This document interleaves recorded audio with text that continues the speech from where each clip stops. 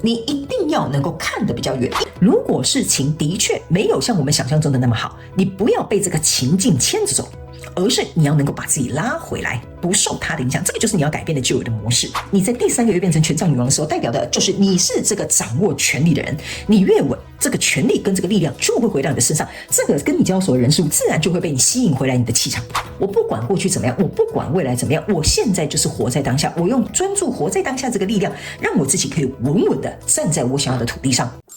Hello， 各位处女座海底捞的朋友们，大家好，我是 Jane。今天这个影片是要给处女座的朋友们的技能量运势牌卡解读哦。那技能量运势牌卡解读呢，它没有任何时间上面的限制，所以呢，如果你不是在我们首播的时候看到这一则影片的话呢，我会建议你当下的季节或前后推敲3个月的时间，通通都可以。影片下方资讯栏有详细的影片使用说明哈。那当然呢，我也相信什么时候看见就是最适合你的时间，所以你也可以不需要拘泥这些时间上面的问题，去享受这些讯息要为你带来的协助就可以了。OK 哈，那我们今天呢，一样在开场的同时呢，会跟大家说明有关于技能量运势牌卡解读的整体架构跟流程哦。那我们技能量运势牌卡解读呢，有分为上下半场。那上半场的部分就是你看到我现在正在帮你洗牌卡的地方，我们会分为3个部分。OK， 首先呢，第一个部分我们会来看看各个月份的能量场的一些概括跟轮廓。接下来我们会来看一下你在哪些状况或在哪些面向可能会在这一季感到内耗。第3个部分我们会来看，如果这一季所有的事情你想要运转的很顺利，那你必须要拥有哪些内在力量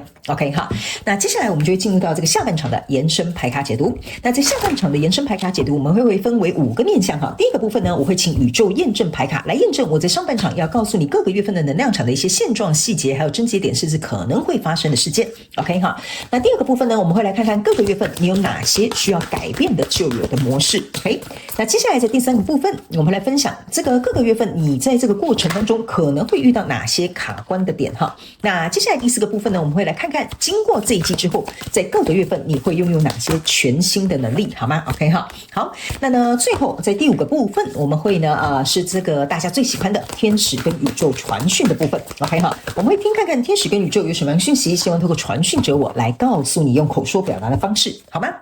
好，那以上呢就是我们整体架构跟流程。接下来跟新朋友们说明一下哈，等一下我在解牌的过程当中，我会讲第1个月跟第2个月还有第3个月，并不代表是今年的1、2、3月份，而是这个季度当中的首月、次月跟末月，好吗 ？OK 哈，好，那接下来就请处女座海底捞的朋友们给我一点时间，让我去感受你能量场上面的呈现跟细节，我们就准备进入到你这一次技能量运势牌卡解读的能量场里哦。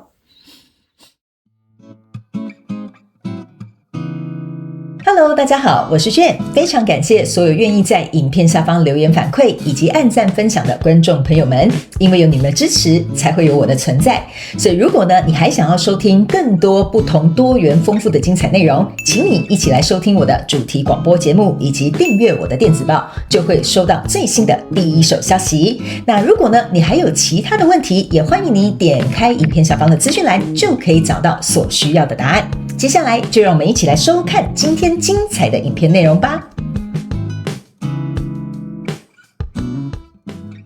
OK， 行，我个人会感觉哦，处女座的朋友们，你在这一季呢有一个非常好的能量，就是呢有点像是开低走高 ，OK 哈，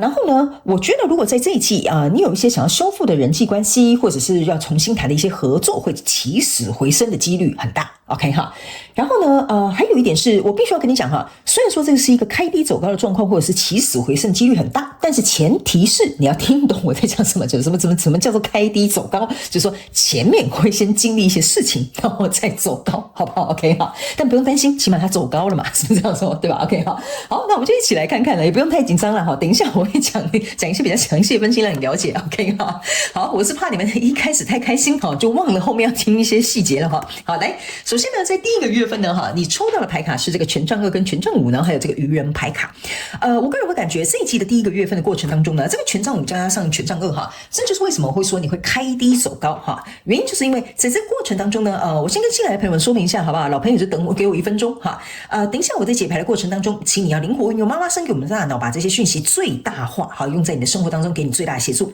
所以等一下我说的这些状况，你要灵活运用在你对应的这个相关状况、人数、事件、梦想或目标，甚至是关系，或者是这些投资，甚至是项目当中都可以。OK 哈，好，那角色可以互换哦。好，我们报告完毕。好，来，新来的朋友们请注意了哈。来，我们看到这个是权杖2跟权杖5，你去想一下哈，权杖2加权杖5有点像说，我们2个人在这边打架。对吧 ？OK 哈，然后我一个人呢，好扒在这个悬崖上，哈，意思就是说，这个跟你交手的相关状况人数呢，你们呢，要么有冲突，要么就是在一个危机当中 ，OK 哈。还有一件事情就是这一件事情哈，权杖5加权杖2象征是权杖7，意思就是说，这件事情如果要成功，它必须要你亲身去捍卫、亲身去争取，或者是亲身去经历这个中间可能磨砂后哈，就是有点折磨哈，或有点不舒服的这个状况 ，OK 哈。甚至我觉得某部分小众的处女座朋友们，大概10到15% 左右呢，你们有一些人会跟这个人事物会有暂时断掉的这种状态。什么叫暂时断掉呢？比如说你们两个吵架，好了，我们就不联络了，好，就一段时间可能冷战，或者是比如说这个谈这个合作，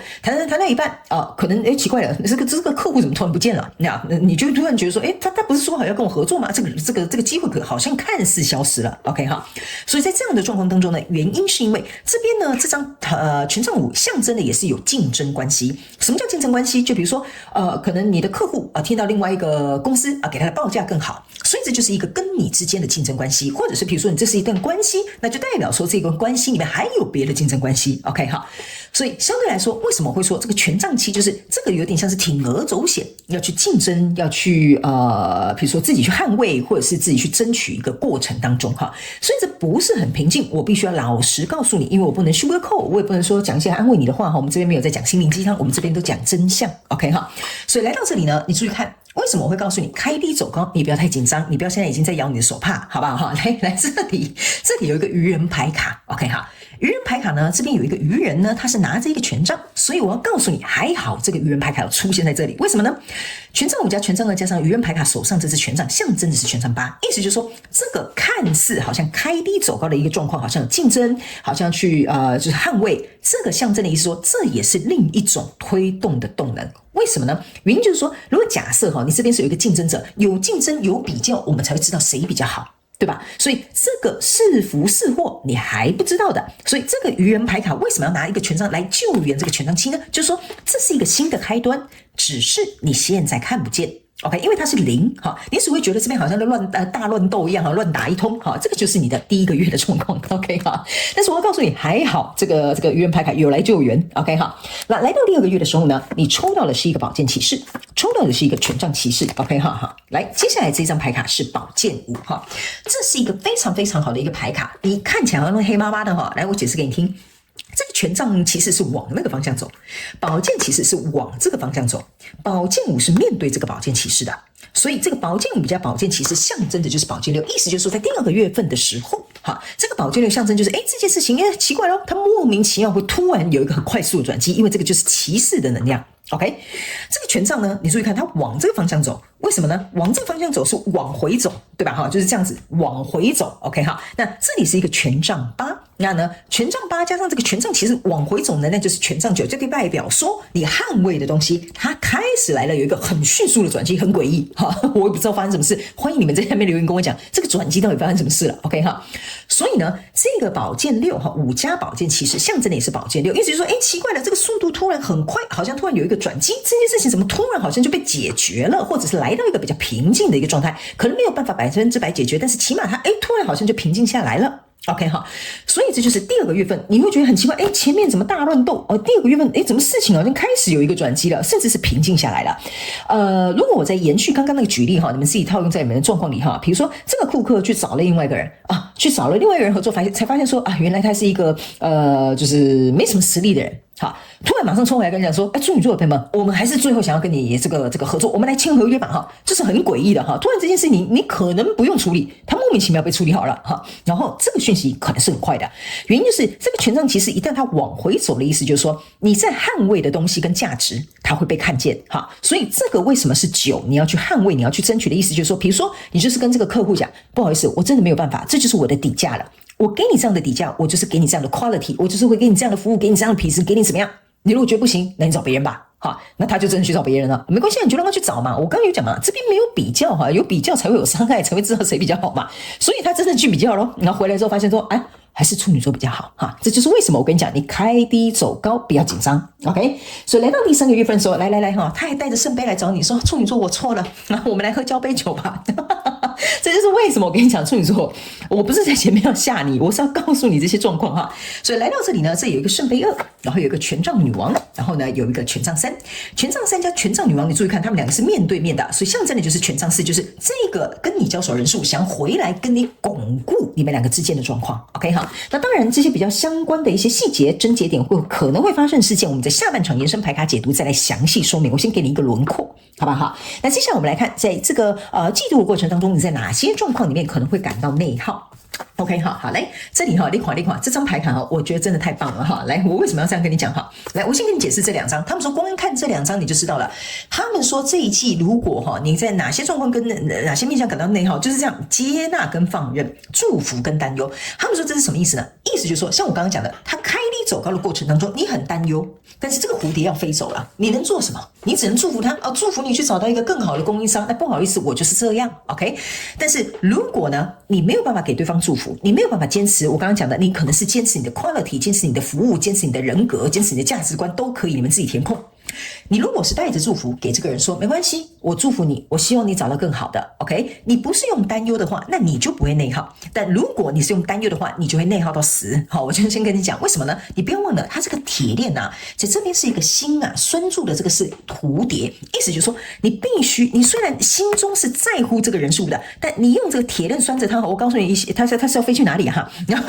这个蝴蝶就是说它必须借由释放或飞走或离开，经历这个蝴蝶的蜕变之后，他才会知道原来他心中系有你，你心中系有他。所以意思就是说，只要你对于这个状况是祝福的，你不会感到内耗。但是反而言之，就是说，如果你是很担忧的，很害怕失去的，你觉得说他可能不会再回来找你了，然后你可能就要退一步的，你就会无限的内耗。所以来到这里呢，这个是一个接纳跟放任，这是一模一样的异曲同工之妙。意思就是说，好吧，你要这样就这样，那我就接受你。接受了我就不会内耗 OK， 你就放任他去做这件事情也无所谓 OK。 但是他说反过来的意思就是说，你不接受这个状况，好，比如说你说我跟你合作这么多年了，我跟你在一起这么多年了，你却因为那个什么样别人讲几句话你就怎么样哈。你如果因为这样子而不接受这个事实，或不接受这个可能暂时，我有讲嘛，这边有的人你们可能是会断掉的，可能会暂时不联络了，可能会冷战的，可能会突然这个合作谈到一半不见的。这个意思就是说，你不接纳的话，你就会无限的内耗 OK 哈。所以呢，来到这里呢，你注意看哦，这个叫做观照修行，灵性逃避。观照修行就是告诉你你就看边走边看我就看事情怎么走，对吧？我就看命运怎么安排。如果你是这样子的话，你就不会内耗。反过来的意思就是说，你如果没有办法去看见这件事情，去让你的这个我们要怎么讲呢？这个情绪去受到影响的话，那你就会很内耗。因为他们说呢，关照你的修行就是说，关照你是如何修正自己的行为。如果你没有修正你自己的行为，你还是用担忧，还是用就是说还是用拉扯，还是用说我降价还是就是说跪在地板上你不要走如果你是这样子就代表你没有关照修正你自己的行为，所以你可能是在用一个你旧有的状态，比如说我很害怕失去，我很紧张，我很匮乏这个状况的话，你就会内耗 OK 哈。所以呢，接下来我们来看，如果假设好，我们要让这件事情都走得很顺利，在这一季都可以就是很平顺的话，那你内在需要具备哪些内在力量，那才可以让这件事情顺利转动那就是这2张 OK 好来这2张的牌卡是要告诉你就是说呢我怎么可以形容这个能量场呢？他们说呢你如果可以珍惜你眼前所看重的价值或所拥有的东西我刚刚有讲你这边有一点都是像是释放、放下、臣服的能量他们说会让这件事情顺利的运转的内在的力量，意思就是说你失去是为了得到更多。OK， 我现在失去这个不会欣赏我的人，没关系那就代表说我留一个不欣赏我的人在旁边干嘛？为什么我为什么要留他在我身边？那不就是贬低了我这个是价值吗？是不是这样说，对吧？或者是这个人又不欣赏我，他在我旁边可能就三不时会说我的坏话嘛，所以我跟这样的人在一起干嘛？所以意思就是说，你要开始能够让这件事情转换的很顺利的这个内在力量，意思就是说，把不适合的放下，让更适合的有空间进来，相信你会得到更多。OK 或者是得到更适合的 OK。 那另外这张牌卡呢是要告诉你，意思就是说你必须要能够专注在什么地方是你必须当下能够控制的，能够去选择的，或者是能够去创造更多的，那个你就不会专注在这个人怎么突然不见了这个合作怎么谈到一半不见了 OK 你就专注在你当下要做的事情就好。就这2个内在力量就足以让你在这个开低走高的状况当中呢，你会平安顺利的度过。好吧 ，OK 哈，好，那接下来呢，我们要来讲一些比较详细的分析，因为我们要进入到下半场的延伸牌卡解读了哈。